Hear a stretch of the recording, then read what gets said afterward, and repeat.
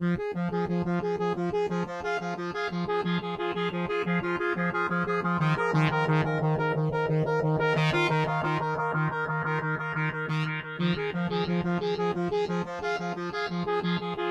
it means is, in total, over the last 6 weeks that we've been looking at, unemployment claims are at about 30 million. It's just a very high number. But a couple quick notes about it. One, the President, Congress moved very swiftly in March to address this, including with the unemployment enhancements made in the CARES Act. As of last Tuesday, all 50 states and the District of Columbia are now paying that additional $600 supplement that the President signed off on in the CARES Act. So that's valuable relief that's on the way. The states, as your lead-in said, they've got some old computer systems, but we are working with them at the Labor Department to help get these payments out.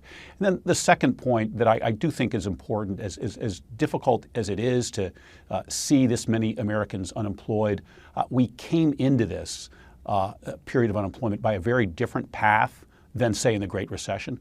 And we'll go out by a different path, and there's some reason for optimism there, too. Positive impact on the economy is going to take quite some time. Not only the second quarter that Chairman Powell talked about, the third, fourth quarters are likely to be difficult as well.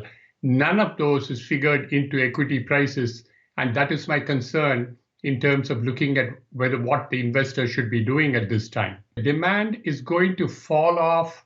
Aggregate demand for consumption, demand for investment goods are going to fall off much more than investors have given it credit for. Once that is taken into account, I think the equities have a second leg down.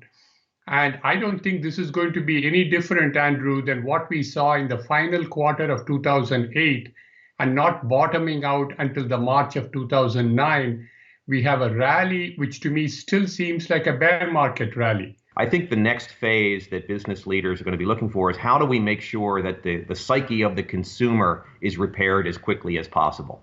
And I think that's one of the more challenging aspects. I don't have any great idea as to how to do that, but I think that's the thing that will have the biggest impact to business worldwide, is not so much how they operate internally, but how does the market repair itself? How does the consumer feel comfortable to do many of the things that the broad economy needs for it to be successful?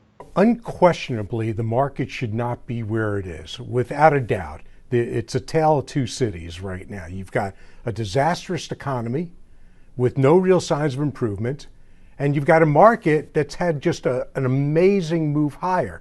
As we see companies cut CapEx, that's going to filter through the whole economy. But yet, there are some companies that are going to do well.